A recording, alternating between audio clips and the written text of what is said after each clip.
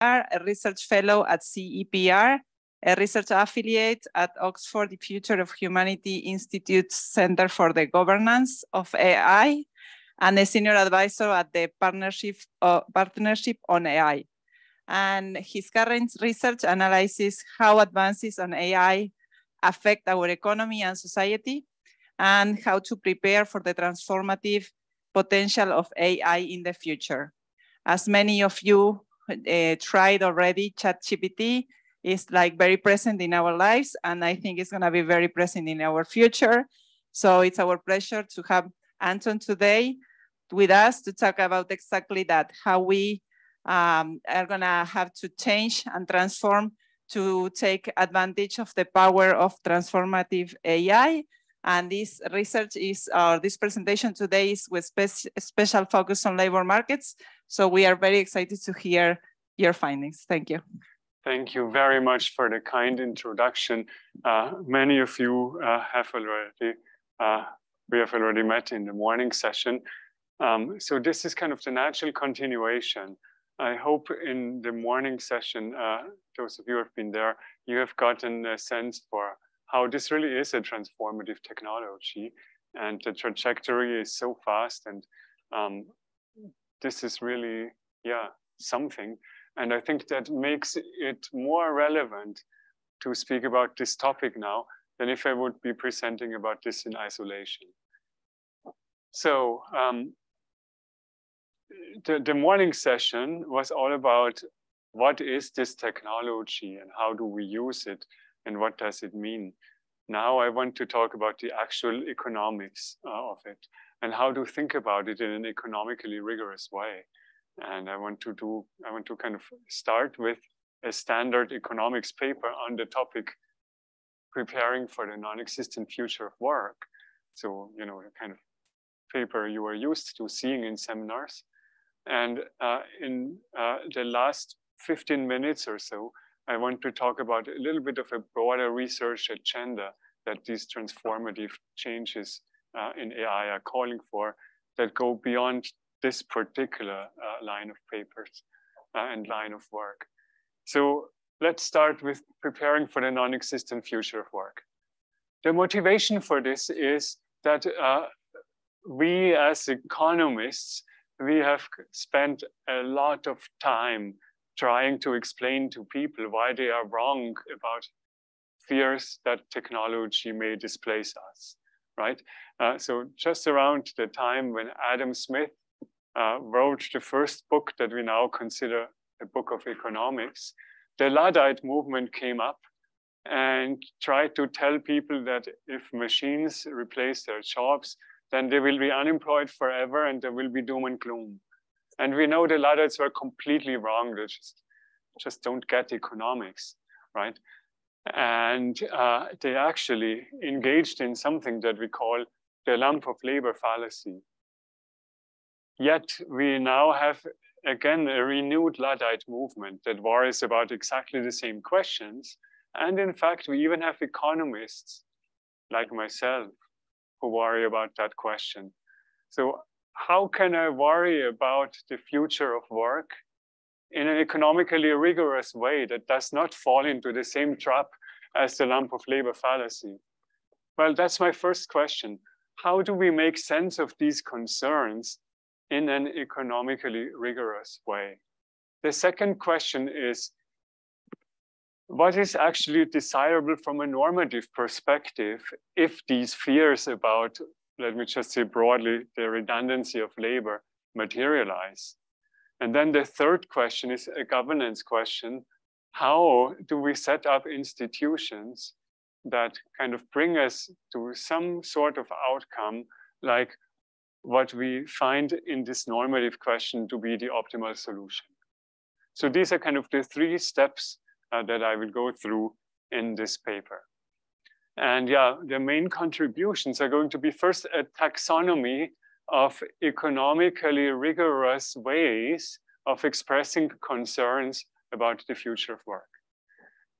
I'll talk about three particular variants of that: labor-saving progress, the technological substitutability of labor, and the potential economic redundancy of labor. Then I will engage in like your classic optimal policy analysis. What should we do? And then I'll relate it to real world institutions. So to kind of put my assumptions up front, my starting assumption is the following. From the perspective of information theory, and also from the perspective of modern cognitive science, actually, the brain is a computing device. It takes inputs and it produces outputs and it transforms them in some miraculous way that has economic value. And that is true no matter if what we engage in is writing an economics paper or being creative or being social, exhibiting emotional intelligence. The brain always is an information processing device. It's just different types of information. We don't usually think of emotions as information, but when the brain like sends commands to my endocrine system, to my facial muscles and so on, when I have an emotion, that's all information processing, right? Well, computers are also pretty good at processing information, and in the most intelligent form, AI systems. So as we already discussed to some extent in the morning, there are now many researchers who predict that artificial intelligence will eventually surpass human intelligence and will still continue to advance. And these, the changes implied by that may pose really significant challenges for humanity. And the economic harms that would be triggered by that are a major category of the risks that would be entailed by such transformative advances in AI. In fact, being here at an institution that deals to a significant extent with economics, I think this is kind of our main thing to worry about if AI really advances to that level. So yeah, that's kind of my technological premise. So now, how do we capture worries about the decline of labor or the future of work or whatever you want to call it in a rigorous way? Well, the first concept that I want to introduce is that of labor-saving technological progress. But first, a kind of historical preamble. We know that since the beginning of the Industrial Revolution, technological progress has always been roughly neutral in terms of benefiting all the factors in the economy, labor, capital, land, roughly proportionately. So all these factors, shares, have been kind of constant over the past 200 years, and output has expanded and everybody has benefited. Now, that's the reason why our living standards now are 20 times what they are 200 years ago. In some countries, not quite 20 times yet, but I guess our work here is trying to get it there, right? But the thing is, there is no economic law that technological progress must always be neutral. This just happens to be a statistical regularity of, I would say, the industrial age. And for the past 200 years, roughly speaking, it has been about neutral. But there is no reason to believe that this must always continue to be the case. So that means if I want to express this concern a little bit more rigorously, my first concern is that technological progress changes our production technology, our function F, if you think in terms of aggregate production functions, in a way that it reduces the demand for labor at given factor prices, at given market prices more generally. And what that means, the demand for labor in a competitive economy is pinned down by the marginal product of labor. So if the production function F changes such that FL, the marginal product, goes down, even though F overall goes up, that is called labor-saving progress. Now, how possible is that? I guess 20 years ago, most economists would have said, come on, that's impossible. That has never happened before. That's against the Kaldor facts and who knows what. Well, it's not quite true. As we have learned in the past decade or past 2 decades, you could say, we have seen progress biased against certain types of labor in the past. So for example, the work of David Autor and many others has shown that there is this really large category of workers in the US, unskilled males, who have really fallen behind in the past 40 years. So the concern here is essentially that what has been true about unskilled males who happen to be mostly like routine physical workers that were automated away by machines, that concern will be true for cognitive workers or perhaps for all workers going forward. I'll just illustrate this graphically. So if we have Higgs neutral progress, that means as output rises here along the horizontal axis, the compensation of labor, W times L, rises in tandem. So this would be perfectly neutral, perfectly Higgs neutral progress. What we have seen, I guess, for the aggregate economy, given that the labor share has declined, is we have already seen progress that was biased against labor. So at some point, some people date that also about 30, 40 years ago, turns out that labor didn't benefit quite as much as capital from continued technological progress.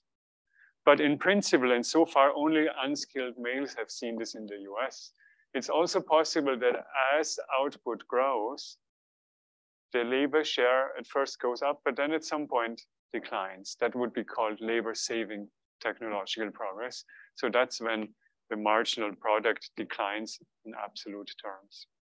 And all three are possibilities. And what determines what will happen is very much up in the air. There are no economic laws about it. So what's my second concern? The second concern is about the technological substitutability of labor.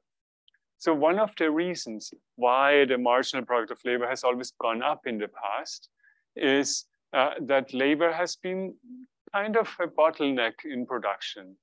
If we could double the labor, we know that it's easy to double the capital, which is invest more, and then we would have twice as much output. But the problem is you can't grow labor that fast. So it's always been a bottleneck. And that scarcity of labor is behind what has increased wages so dramatically in the past 200 years. And that has always been true as long as only we humans could perform certain tasks. And we have automated some tasks, but there were always tasks that were reserved for humans. And we were the bottleneck, we were scarce, we were highly paid. Now, if machines are able to do everything, then that's no longer true, right? And so my second concern is that labor is substitutable, technologically substitutable, that at some point, for any type of labor, L, and you can think of this as a vector of many different types of labor, we can produce machines such that the current machines plus the extra machines that we produce, and again, this could be a vector, can create at least as much as what we can currently produce with our existing machines and our existing labor stock. So this assumption here captures that labor is technologically substitutable. And we know that's of course not possible right now. We can use ChatGPT to do a whole bunch of cool things, but it still takes us to do, for example, the work of an IDB economist. But yeah, AI is proceeding really rapidly. One thing I want to observe is that concern one is neither necessary nor sufficient for concern two. So we could have technological substitutability at some level, and it doesn't necessarily need to be labor saving and vice versa. But if labor is substitutable and we apply something like Moore's law, that means the machines become cheaper and cheaper, then we can be sure that labor will eventually be that progress will eventually also be labor saving. So imagine right now you have a machine that costs $1 billion and that can substitute for Anton Korinek. Doesn't really care. I don't really care because I'm a lot cheaper than that, right? And UVA or Brookings or whoever employs me wouldn't ever spend the $1 billion. But if it costs $1 billion now and it gets cheaper by half every 6 months, then eventually I will care about it. And in this particular example, let me do a quick calculation. After 6 years, it would hit me, roughly speaking. Okay. So yeah, what are the technological predictions on this? So if you speak to kind of experts in this area, you'll see that there is a wide range of predictions. I mentioned this morning that in a poll that I just saw in an expert committee in the UK, the median date was 2032. Well, Ray Kurzweil and Elon Musk both predict that this will happen in 2029. Surveys of researchers predict, depending on your sample, the 2040s or the 2060s. There is also something that progress has accelerated. So if you look at an older survey, well, actually, these are both relatively older surveys. They give you longer timelines than if you ask people right now, because the progress has just been so rapid in the past 12 months.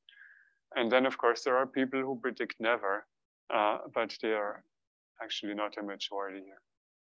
So some estimates for the computing power of the human brain is that it's about 10 to the power of 15 floating point operations per second. And our brain is this highly parallelized computer that can execute so many things all at once. And in that sense, it is far superior to most computers that we have, like, let's say, this laptop here or my cell phones. But the most powerful supercomputers, they're already beyond that. They just don't have the software yet that we have, I guess. And of course, Moore's law is continuing, and this 6 months doubling time that we talked about in the morning is also continuing. So the third concern is to translate all of this now into the space of economic outcomes. So far, we talked about what is technologically possible. Can I be replaced by a $1 billion machine? But not what's cost effective. And what matters is at what cost machines may be able to do everything. And the point where it becomes biting is if they can replace the cognitive capabilities of a human at a cost that is cheaper than that human, right? Because otherwise we'll just continue to employ the human. And that may mean cheaper than current wages, but eventually, and that's the really serious concern, it may mean cheaper than human subsistence. And if that happens, then my concern 3 occurs, which is that machines can perform any economically valuable task cheaper than humans valued at their subsistence cost. So the first part of this technical condition here is the same as before. We can use some machines delta M to produce what was before only producible using labor. But I'm adding an additional condition here, which says that these machines normalized into, let's say, dollars, cost less than human labor valued at its subsistence cost. In the US economy, we have some way to go from current wages to subsistence levels. In some developing countries, we don't, right?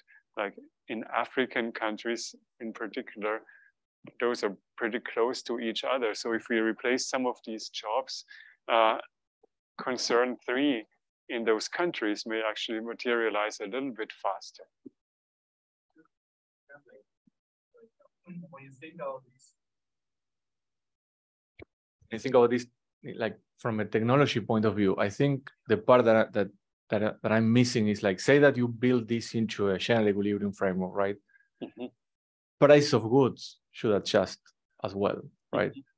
So then the definition of human subsistence might change, right? Because if goods are cheaper, then, you know, but then where does it end, right? Another way of saying this is everyone is earning zero. Who's buying the goods? Yeah, that's a very important question. So I should first say that here I have kind of implicitly assumed the prices of goods as the numeraire. So that means when we say subsistence cost, that means real subsistence cost, and the relative cost of these machines needs to become cheaper than the real subsistence cost. And that is possible because relative prices change all the time, and the price of computing in particular has declined a lot. Yeah, but who would consume in that world?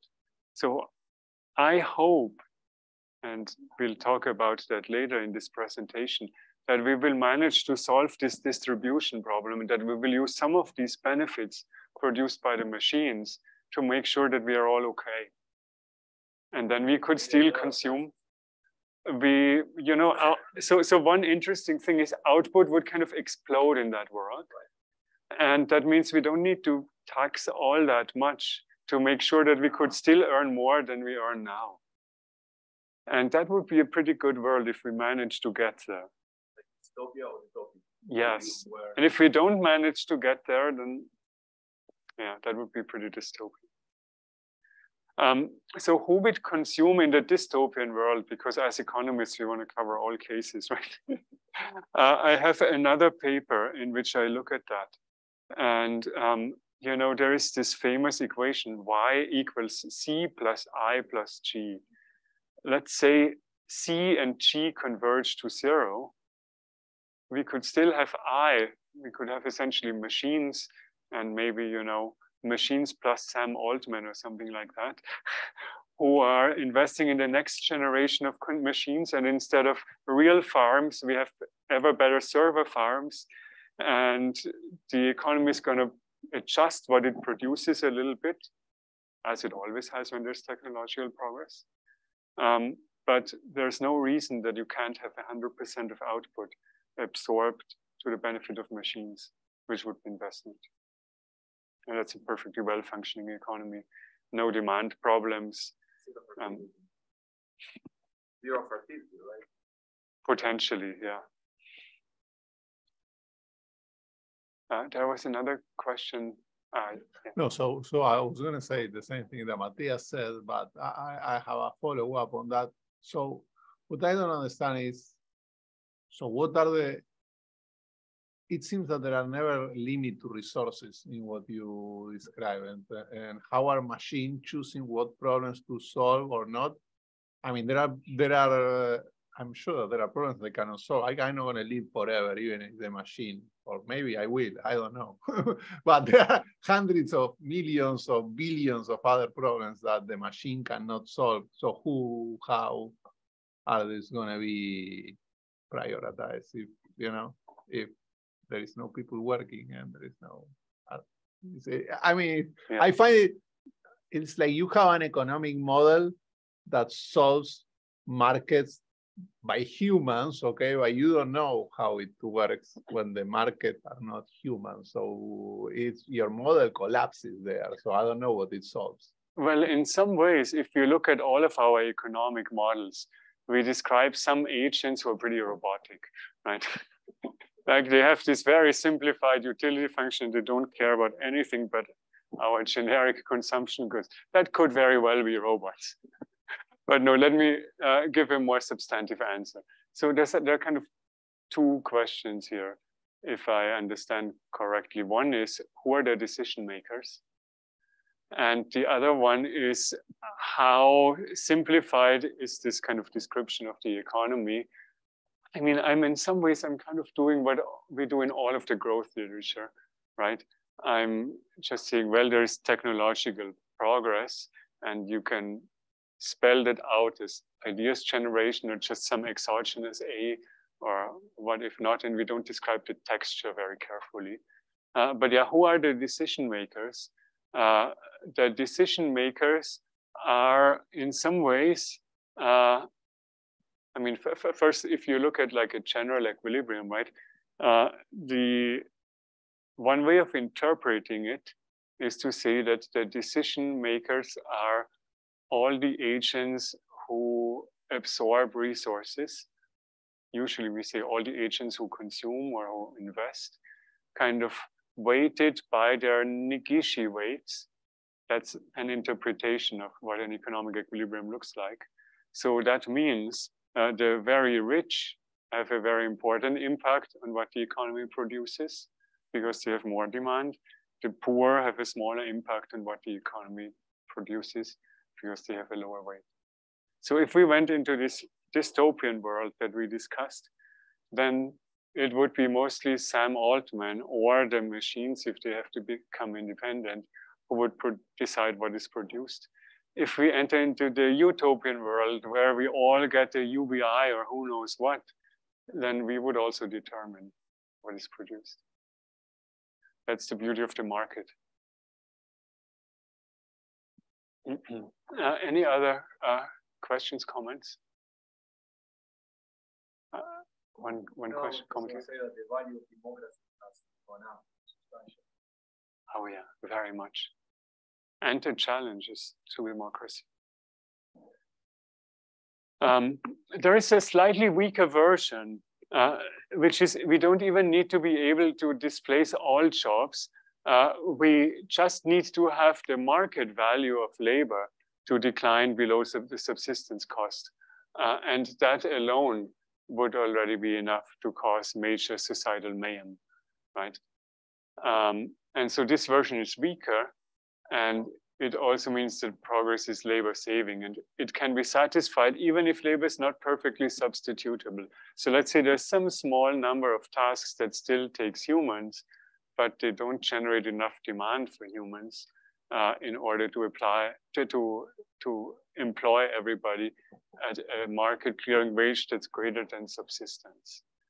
And so if this materializes, then we are essentially in the world that Wassily Leontiev already described in a very foresightful manner in 1983, that the role of humans as the most important factor of production is bound to diminish in the same way that the role of horses in agricultural production was first diminished and then eliminated by the introduction of tractors.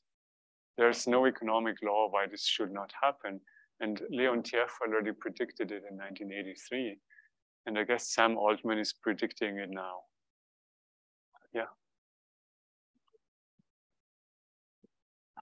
In the dystopian world, could we think that there's always going to be growth? That product is always going to increase? Or if like the AI like develops and government itself, growth might stop? Well, who cares? So this is beyond this paper now, yeah. But I'll give an answer based on kind of my best understanding of that literature. So in the growth literature, we usually assume that there is, for whatever reason, exponential growth ad infinitum, right? And if you think about it, that really doesn't make sense because we know that or at least we believe strongly that the universe is finite. We believe that there is an event horizon, so we actually can't even access the majority of the universe. So it doesn't make any sense to speak about perpetual exponential growth. And I guess we use it as an approximation to kind of capture that we believe this will go on for a long time, way beyond our lifespan, maybe hundreds of years, thousands of years. People who work on growth models under transformative AI believe that there will be something like a takeoff when we can fully automate all labor, because this scarcity of labor is relieved all of a sudden. And they are talking about growth rates of GDP that may be 30%, 100% or something like that. I don't know if it's going to happen that fast because they're not taking into account adjustment costs, I think. But in any case, much faster than what we have right now. And then we may hit any potential limits sooner than what we currently believe in a world like, 2% productivity growth like what we have right now. Does it answer your question? So we may run into the scarcity of energy. We may run into the scarcity of, I don't know, computational resources, silicon, and that may put a lid on growth. So yes, but I'm thinking, like, what is the AI maximizing, and is it always going to grow? Oh, I see. Yeah, I mean, this comes back to the question of, will we be in a utopian world or in a dystopian world? Presumably in a utopian world, we would want it to kind of continue to make progress and make us wealthier and happier and who knows what. I mean, worst case scenario is that it kills us all and then there's no growth. Or for humans anyways, yeah. And, you know, I would say most cutting edge AI researchers say we can't rule that out. So it is a serious risk. It was just last week that Jeff Hinton, in some ways, the father of deep learning, resigned from Google and said, well, I'm resigning so that I can speak more freely about the existential risks of AI, because he's gotten really concerned about this.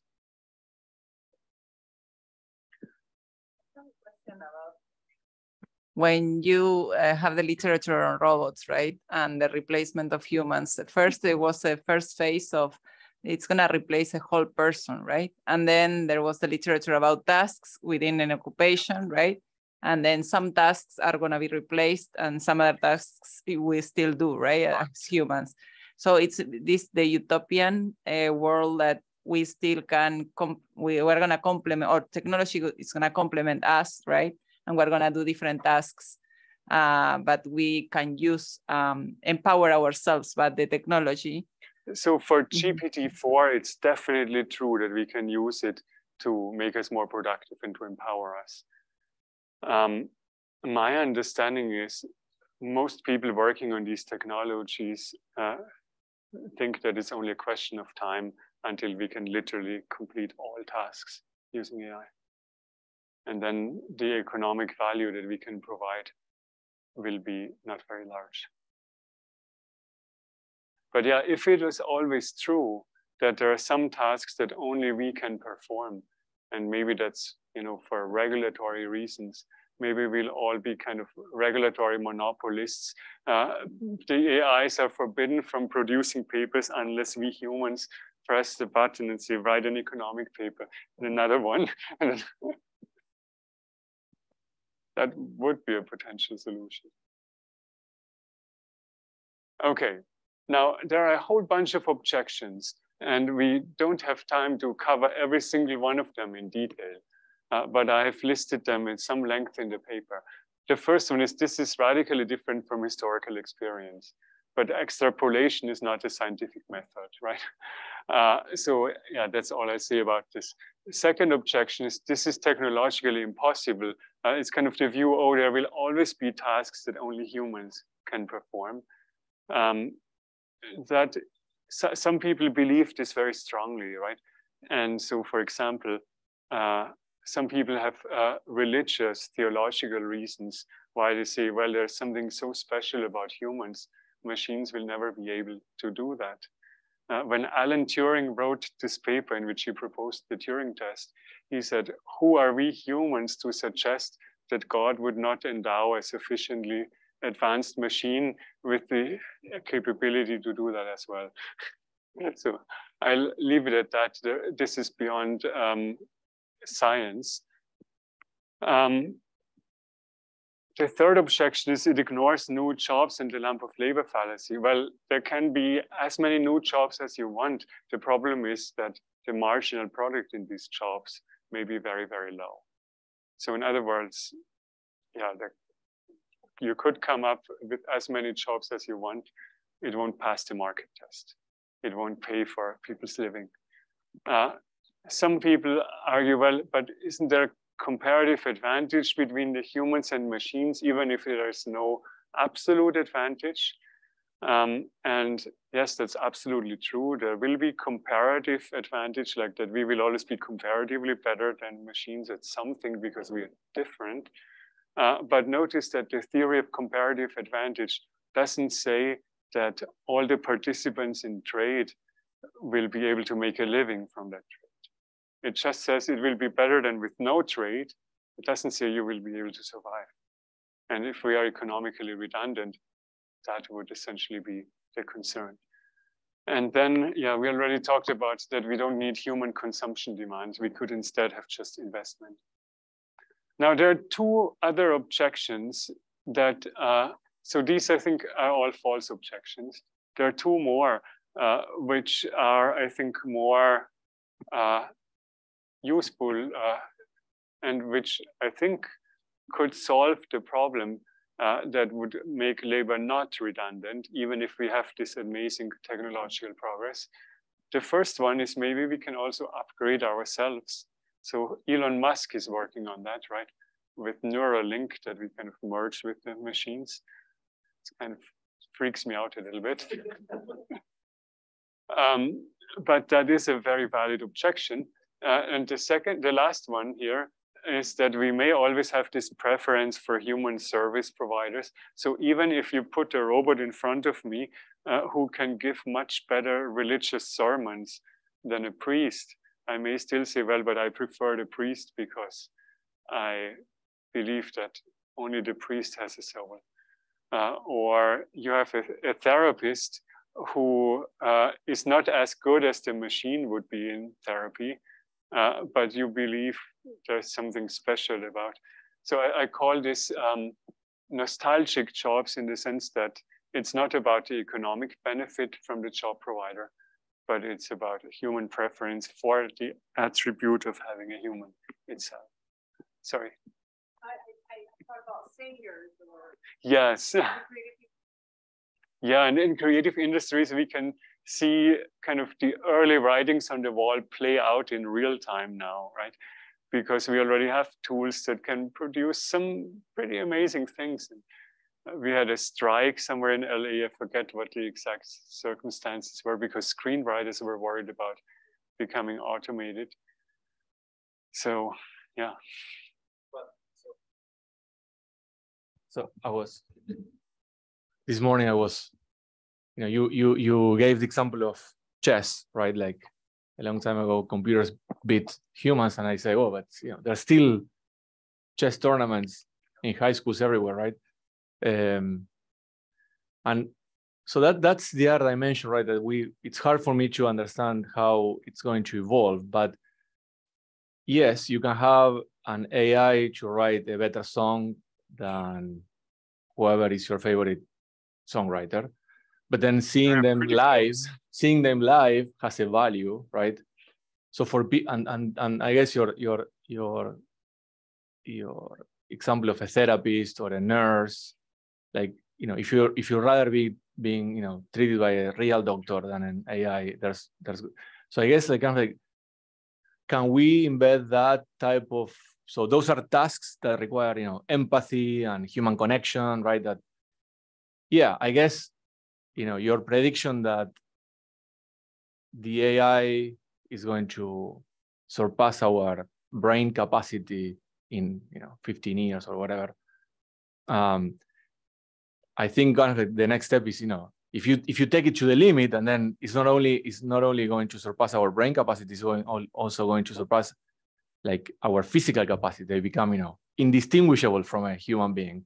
I guess I can see that your scenario there play more, right? But then absent that, and I don't know how far we are from that. I guess we are a little bit far away from that yet. There's going to be a change in the value of different tasks, right? And these tasks that require more empathy are going to have a demand for that. Well, I don't know. Maybe we move onto like a 3-day work week, right? And so we have more leisure, where we demand more. As Keynes suggested in the 1930s, and he was utterly wrong for the past 100 years. Well, but in the same way that we cannot extrapolate for Ludism, we cannot extrapolate from Keynes either, right? Well, I'll say something that's a little bit controversial now. So as a human myself, my internal experience and my feelings and my emotions are extremely important to me.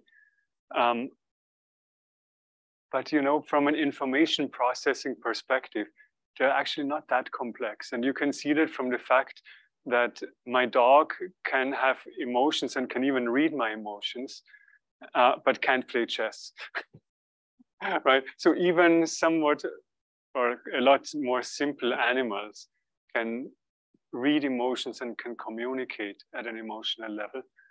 There isn't all that much information there. And there isn't all that much information processing there.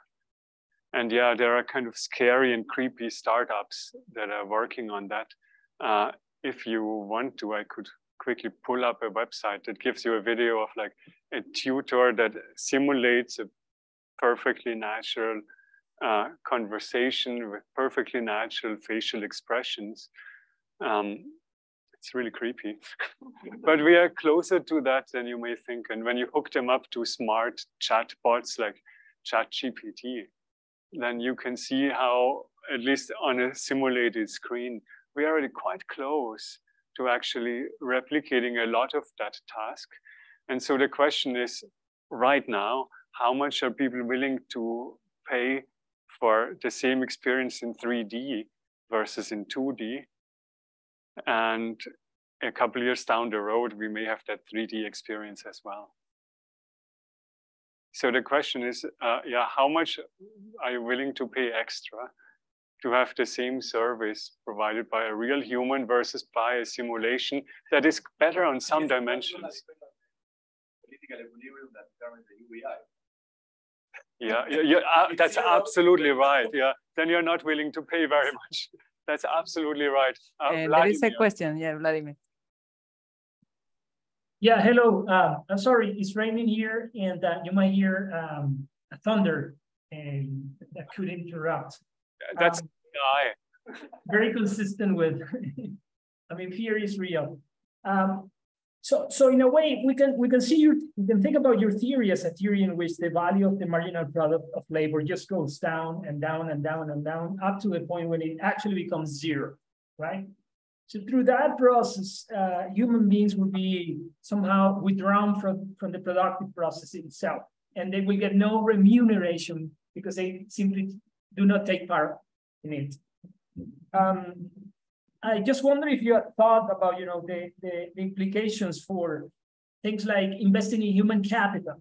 Like, what would be the value of education in such a world where where it's really not, you know, there's no productivity in investing your time going to school and doing things like that, and plus you have really no money to spend, and so I mean, I'm more worried about the process in which you kind of go and get to the steady state you are describing, because I don't think that humans will sustain that. I mean, if they might be still relatively dumb in comparative terms with respect to machines, if we do happen to get to that point, but I don't think that. I mean, this might get all kinds of conflicts that will stop the process.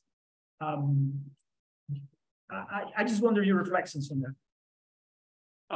Yeah, I completely agree that this may lead to massive social conflict. And I hope that we can kind of pull together all the governance mechanisms that we have to avert that. But that's essentially the challenge that I'm trying to lay out here. So yeah, I'm very much on board with you with this description. We have this kind of weird system in which we determine the distribution of resources in the economy by a random variable that's called the marginal return of your skill, essentially, in today's world. And some people really luck out in that lottery, some people not so much. But some ways it's a really screwed up way of organizing a society if you like take the step back and you think about how should the distribution of resources be performed. And now if you throw in massive technological change that may completely devalue that, then you will have a sudden really large redistribution. And we really desperately need some social safety nets to kind of protect us from the governance problems, Vladimir, that you're describing, from essentially massive turmoil. Now, one more word on the human capital. So I calculated it this morning, 22 years investing in my human capital, plus whatever I invested as after my PhD graduation. And yes, I do believe that within the decade, it's likely to be completely written off. And that's a bit painful, but I think we need to be prepared for the possibility. And the only amazing thing, the kind of redeeming factor, is that our economy could produce potentially much more if we have these amazing technologies. We just need to make sure that I also benefit a little bit from it. Otherwise, I will join the crowds protesting.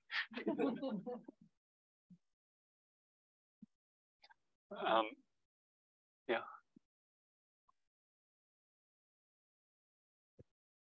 I have two questions. The first is, you were talking about like one side of the interaction with these new technologies. Like I would want a therapist or something, or someone that would have like this more human side.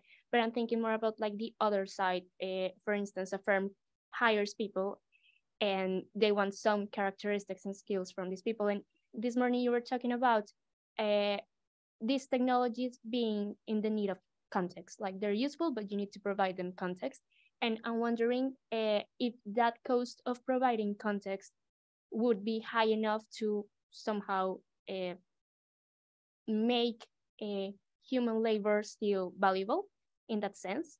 And another question I have is, you mentioned redistribution and you mentioned how this can cause enormous turmoil. And I wonder about your thoughts on that, because normally technical change has been, let's say, damaging to distribution because it tends to affect low-skilled workers more, and they are highly affected by technological change, and there's wide literature on that. But it seems like this is the kind of thing that will also affect skilled workers, which are the ones that are normally benefited. So I don't know how that would shift the distributional balance and how that would eventually be seen in this entire social turmoil, because I feel like there will still be people benefiting from this, like the owners of these big tech companies, Elon Musk, etc. What are your thoughts on how would that distributional impact actually would be? Yeah, so since I'm talking about the kind of, the limit case of labor being redundant, let me continue to answer your question in that context. So it would mean that essentially everybody who now makes a living based on their job would have nothing. And only the owners of capital would make returns based on that, and they would make humongous returns. And now let me go back to a little bit more the short to medium term. So in the short to medium term, I think you're right. This is the complete opposite of what we've seen for the past 4 decades. I should mention in the 50s and 60s, we also had unskilled biased progress, in the sense that the unskilled actually benefited more than the skilled at the time. So there are kind of waves in that. And now in the next couple of months, the skilled, like especially cognitive workers, they are going to benefit less than the manual workers, I suppose.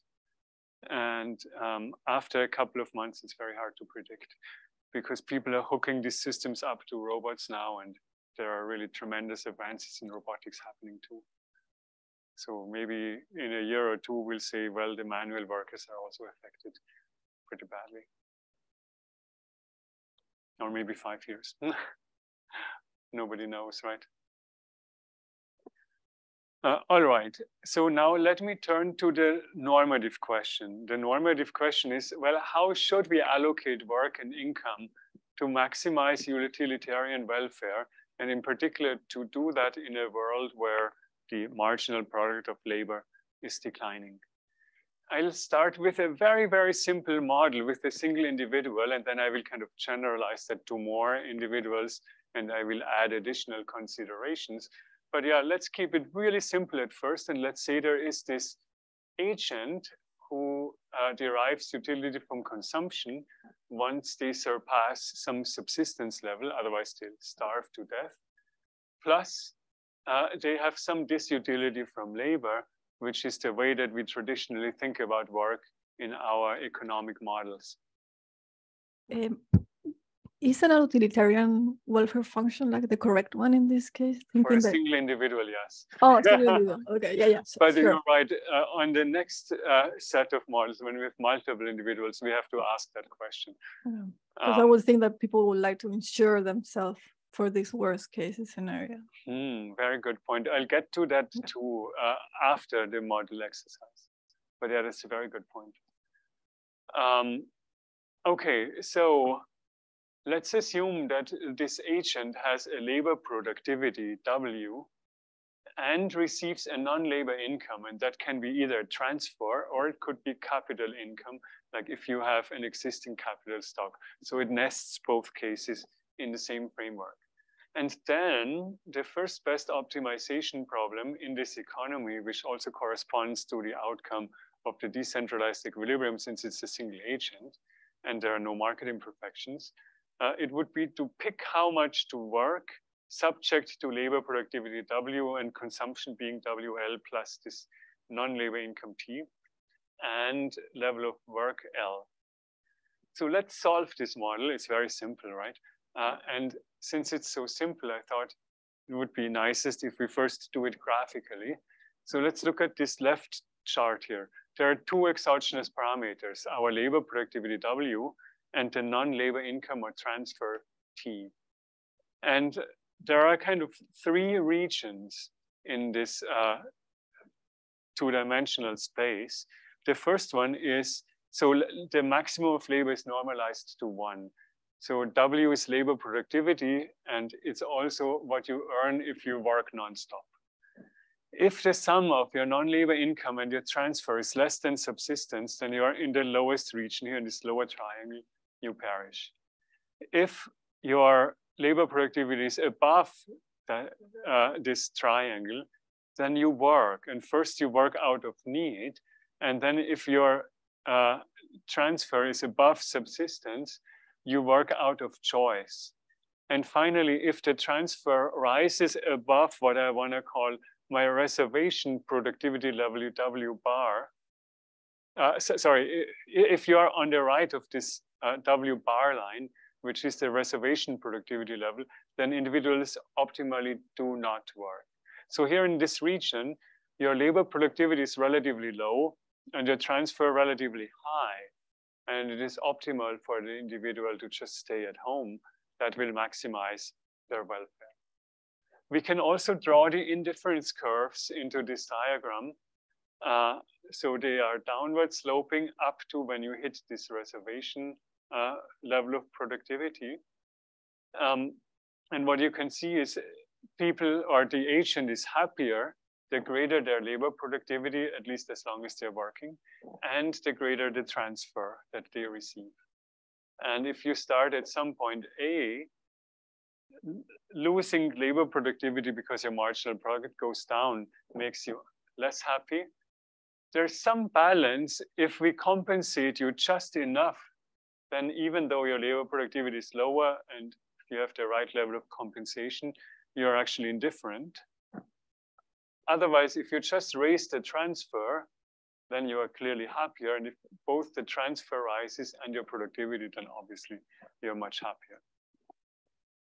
So analytically speaking, again, there are these three regions: perish, work, and don't work, and a bunch of algebraic garbage. Now, let's expand this to multiple individuals. And now your question, is the utilitarian benchmark the right one? Is very appropriate. I guess it's the benchmark that we are most commonly using in economics. but I'm open to other benchmarks as well. Some of the lessons will carry over, obviously not all.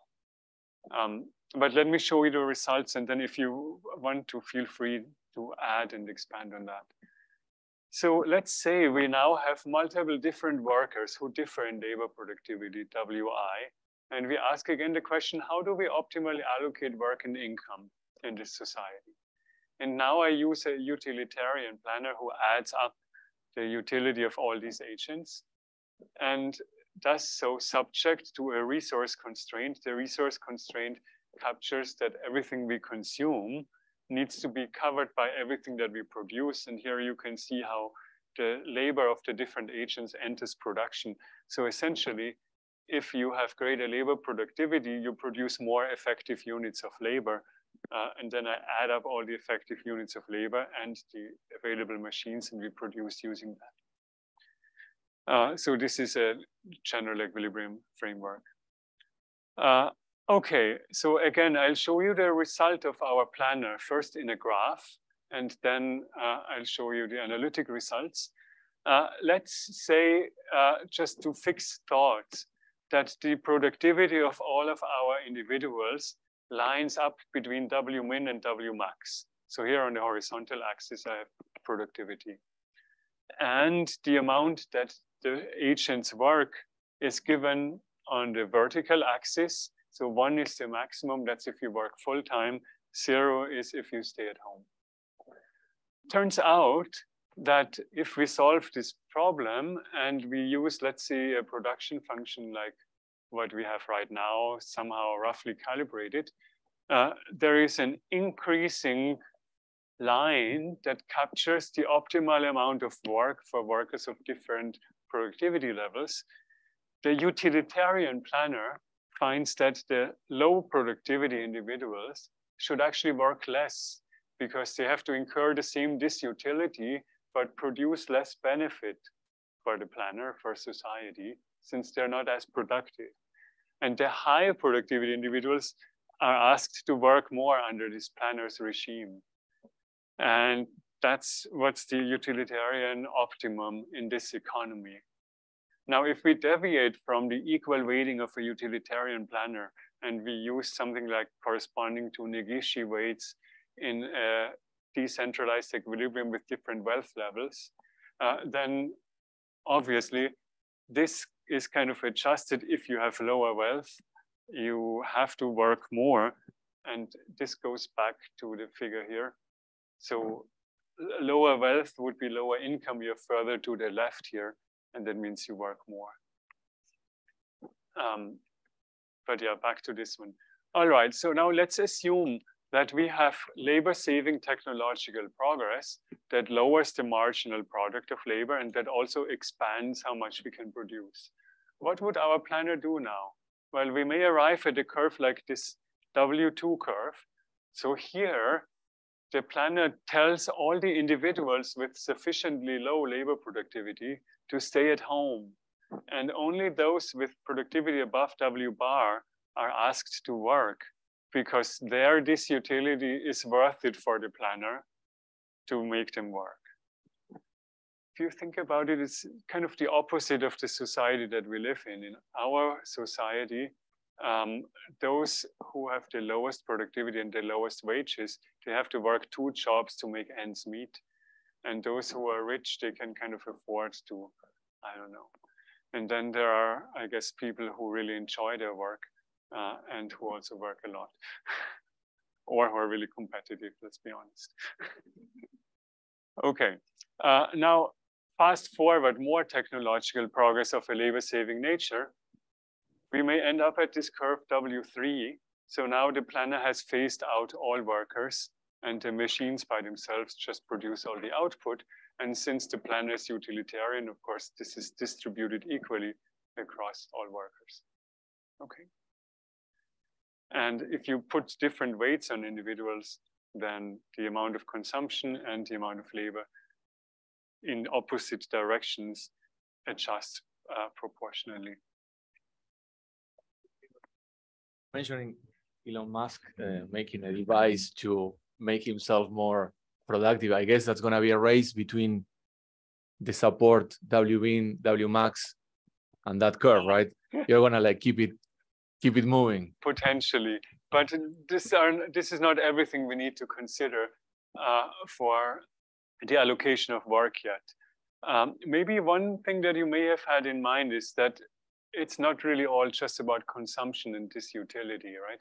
So we write that down in our models, and maybe that's true for like a shift worker, but at least we tell ourselves we enjoy our work and we derive meaning from it, and we derive identity from it, and lots of people derive structure from it and social connections and so on and so forth.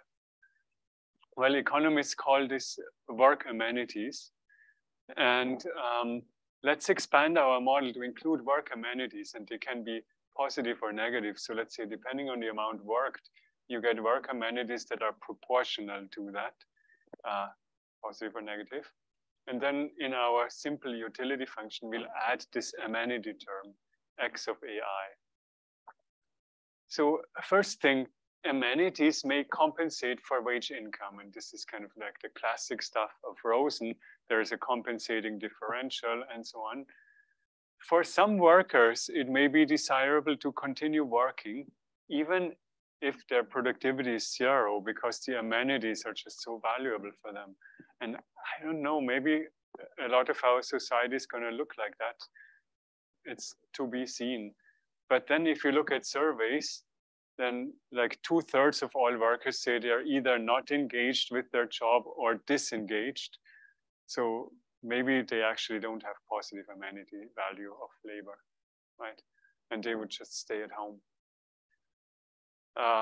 Again, if we solve the optimization problem, it turns out instead of having a single threshold of productivity where we drop out of the labor market, there's now a frontier. Basically, you work if you either are productive enough or if you have sufficient amenities from your job, and otherwise you don't work.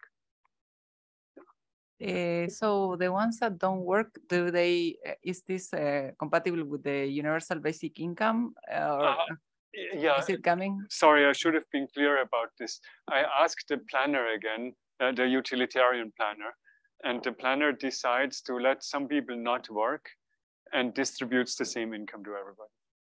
And if the planner is not utilitarian but has different weights, then it would adjust. And I was wondering about the intergenerational effects, right? In terms of what are the plans of families about the future education of the children of the families, right? Yeah, there are people who are shelling out like 80,000 a year to send their kids to college now, and maybe in 10 years it was all for nothing. Well, I was just telling Razvan before, I have a 5-year-old and an 8-year-old, and my wife and I decided we are not saving for college because we don't think it will exist in this form anymore when our kids are at that age.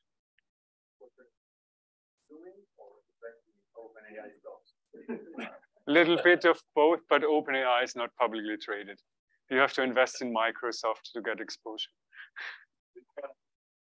But yeah, my wife and I together, we are actually on NPR Marketplace talking about that.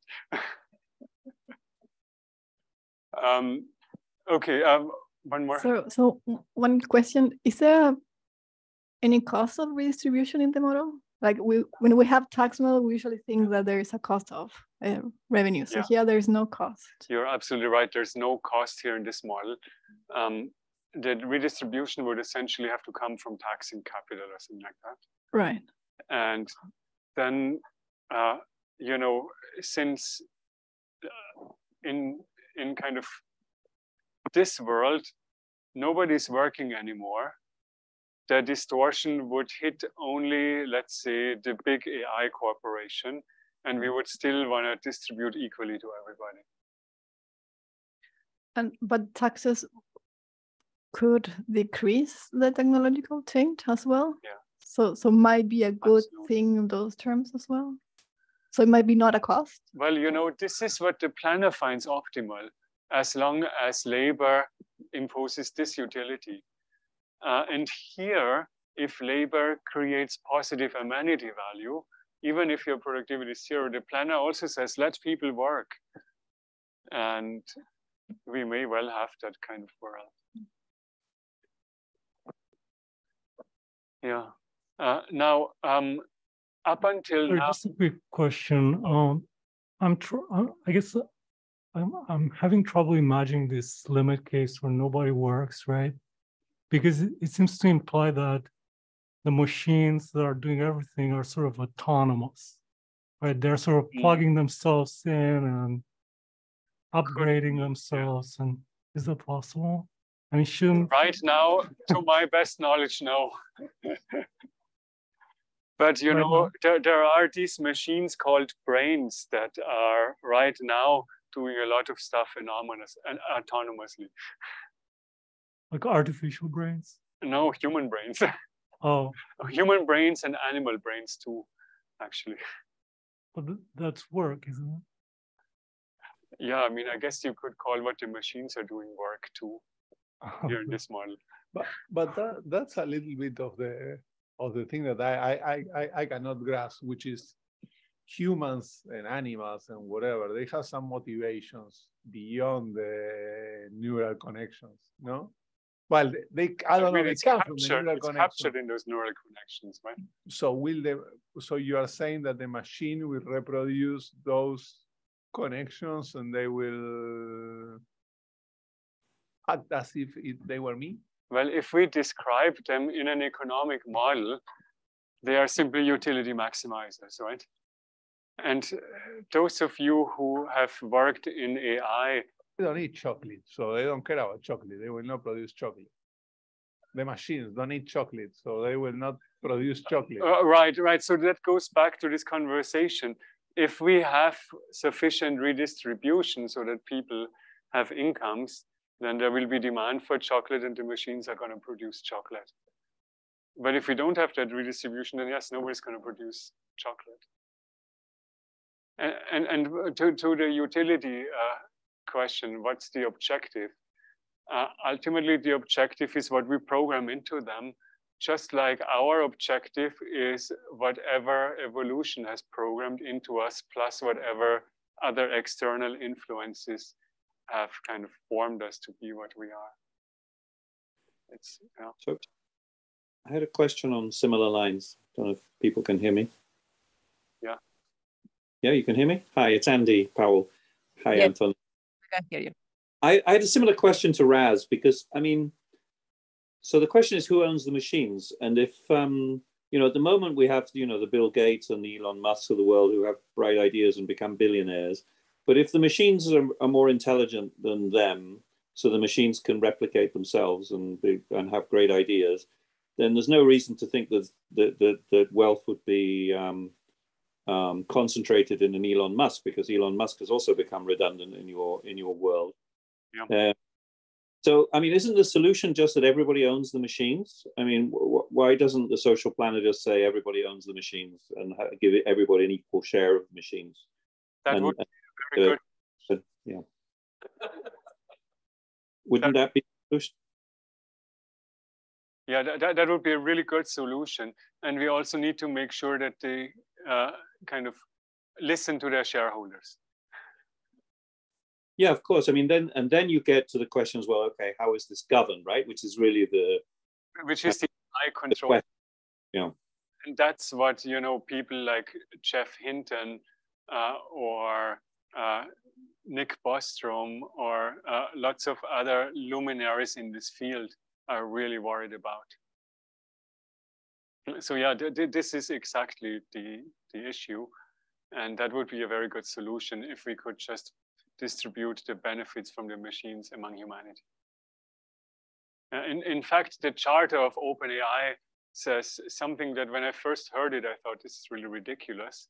But in 2018, I think, when they converted into a for-profit part and a non-profit part, it said that once we accumulate profits that are greater than 1% of world gross domestic product, we will distribute the rest for the benefit of humanity. And yeah, in 2018, a lot of people laughed about that. Maybe now not so much anymore, even though it still sounds a bit crazy. All right, but let me proceed because we have not much time left. So there are these non-monetary aspects to work, and many of them are captured by individual work amenities, but there are also parts of them that are not internalized by the individual.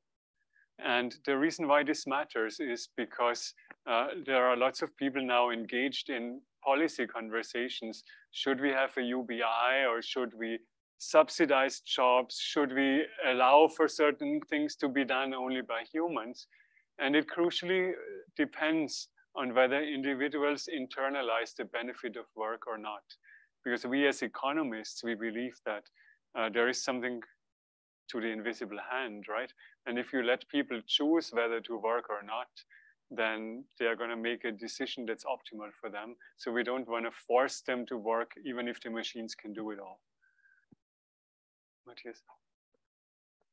So, in light of this kind of like policy discussion, in the same, I mean, basically what you have described is like the tail risk of a dystopian future. It's kind of like pretty high, right?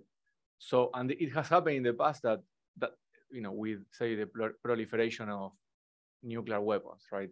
Yeah. And the world kind of like came together and said, let's sign these non-proliferation agreements. Are there discussions about regulating the progress of AI somehow? They are starting to happen, but up until half a year, most decision makers didn't take them seriously. Now they are. Yeah. Nuclear weapons are a useful analogy. Another useful analogy is the emergence of Homo sapiens. And as Yuval Harari describes in his book Sapiens, all the other species of Homo, of humans, were eradicated pretty fast. And that was the last time a new intelligence emerged. It was better than all the others. So back to economics and to the value of labor. If you don't spell out why people should work or why we should subsidize jobs versus just providing incomes and so on and so forth, there is a risk that we act out of a status quo bias and not out of what is actually optimal. And our perspective as economists would be to let individuals make their own choices unless there are externalities or internalities at work, or maybe I should say in work. So let's expand our previous model.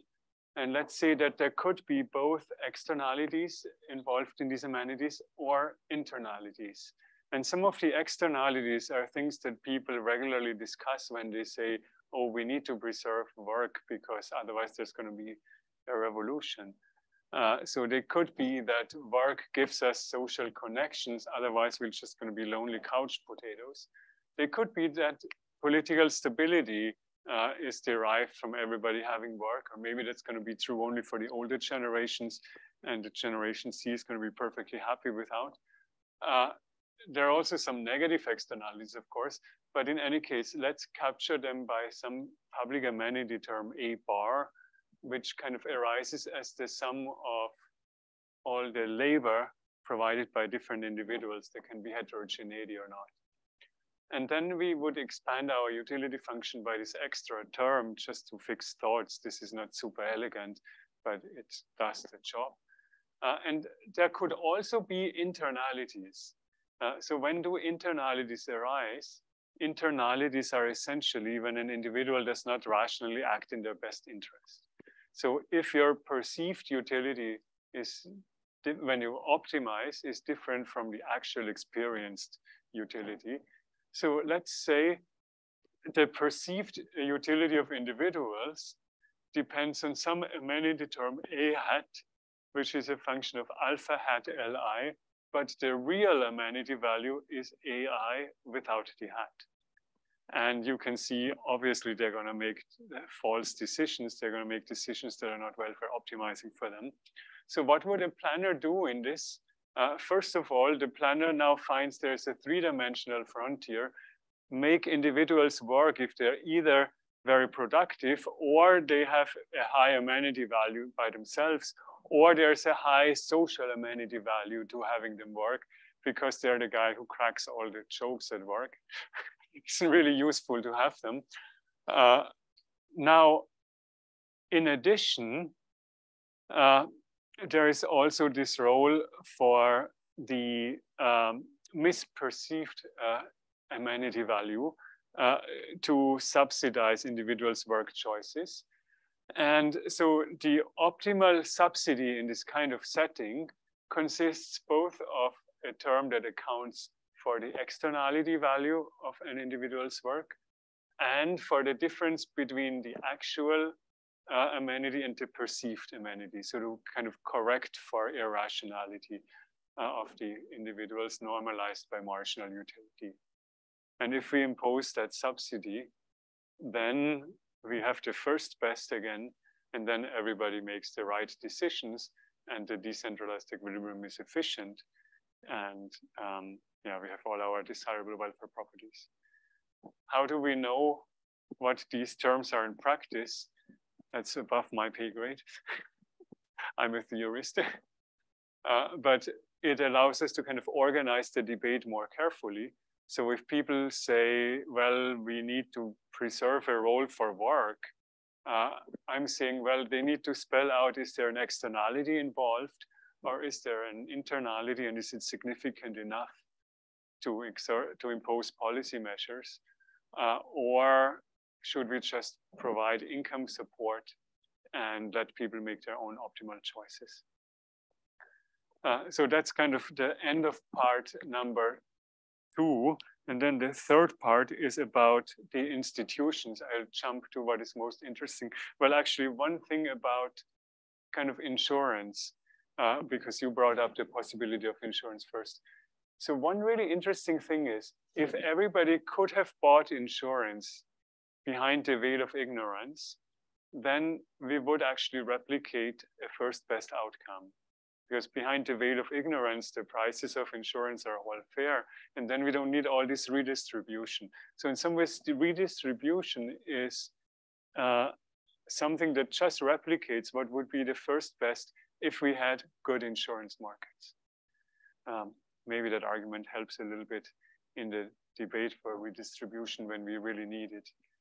So because we have these free markets with missing insurance markets, there is this risk of large inefficiencies, widespread misery, if labor becomes redundant.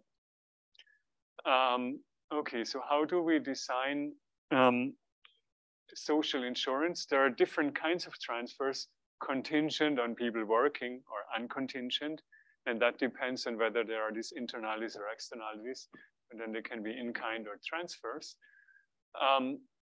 One solution that I guess is most popular in Silicon Valley is a universal basic income. It has the benefit of distributing in a non-distortionary way, even though, of course, it has a negative impact on labor supply, especially when it's large enough. But that's a feature, right? We don't want people to work if their work is not very valuable anymore. That's what we saw in our very first representative agent thing, and that what is best for welfare. But the problem is it requires large amounts of revenue, and that imposes distortions. So it's far from the first best. What I also want to say, right now, we do not want any significant UBI because we have very targeted social insurance systems. And if we were to take away revenue from that, to kind of a blanket distribution, that would make a lot of people worse off. And that's why you see a lot of political opposition to UBI right now. I'm totally on board with that. But it may be the best choice in a few years if labor is really hit quite significantly. So the proposal I have in this paper is that we want to introduce a really small seed UBI right now, and that it would automatically rise if the labor share of income declines. And what I propose is, after I've spent a lot of time thinking about these internalities and externalities, I don't think they are significant enough to force people to work.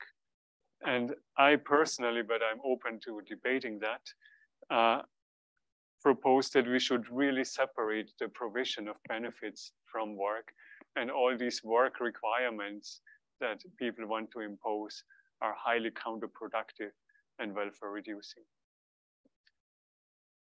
Is this something we could imagine? Maybe in the US with a lot of political goodwill and luck and so on, yes.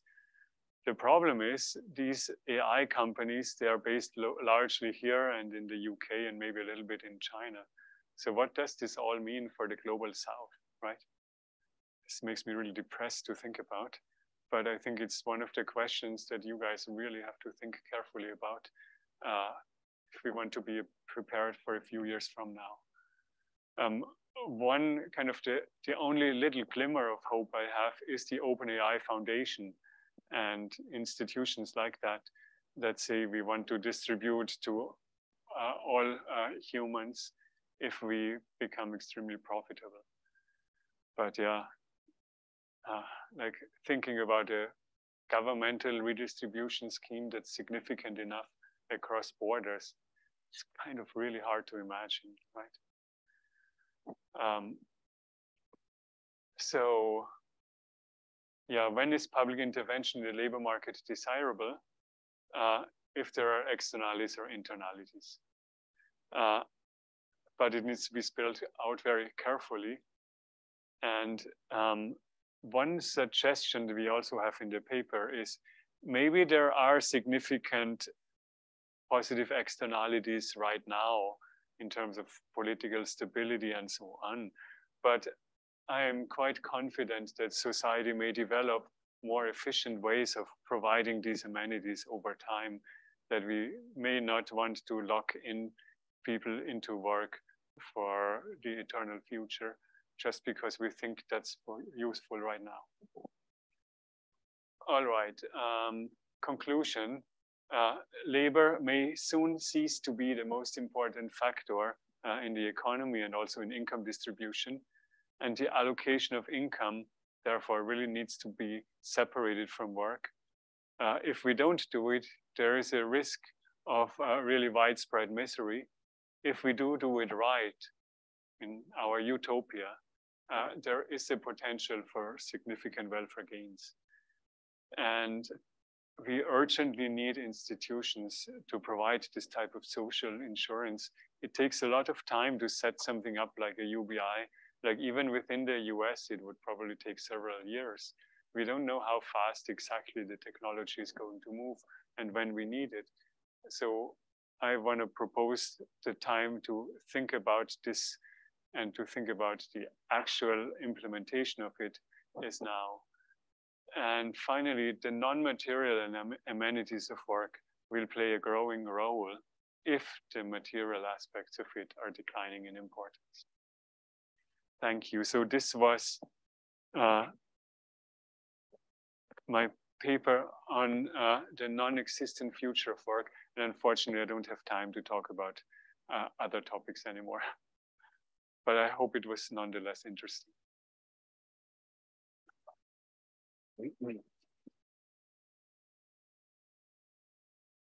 Any other questions, or we finished this? Okay. I have a question.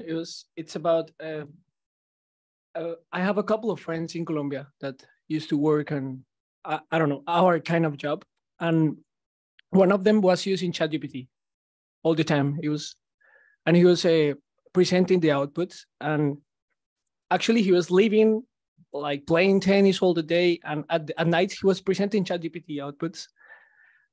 So I was thinking, and it's happening right now. I mean, so it sounds really creepy, and presenting it at like the Central Bank of Colombia, or no, he works in a company. Okay. But he says like ChatGPT, I just need to work like 1 hour a day. Yeah. And he has been doing that since ChatGPT 3.5, actually. Huh. So I was thinking, it sounds really creepy to me, but I see that he's like going outside all day, like playing tennis all day. And then he works 1 hour and he has a wage. I mean, his wage is really good in Colombia. And the adoption of technology was really fast. So I was thinking, there is a decentralized way that he's having his basic income. I mean, he's earning a rent right now. Exactly, that's what I'm saying. And OpenAI provide the. I think we have the framework that we think that machines that we have to pay for them, but actually, I can access to OpenAI machine like paying nothing. Yeah. So in that sense, I'm thinking like do you think that can be a decentralized way where people use ChatGPT and they receive their universal basic income? I mean, right now, and people present the outputs, because I think it's happening right now. So it's like, do you think that is possible? So your friend is earning a rent, and that can exist in the absence of competition. But if his company is profit maximizing, exactly, it won't continue for very long, and there will be competed away, and will first go into the company's profit margin, and then competition there will force the company to lower prices, and ultimately part of that rent will dissipate through society, and part of it will accrue to OpenAI, to the company. So yeah, I don't think it will last very long. There is one more question, Matthias. I'm sorry. And I should say, when we are beyond time, I'm happy to stay here if anybody has additional questions, so we can end, and I'm still happy to continue the conversation.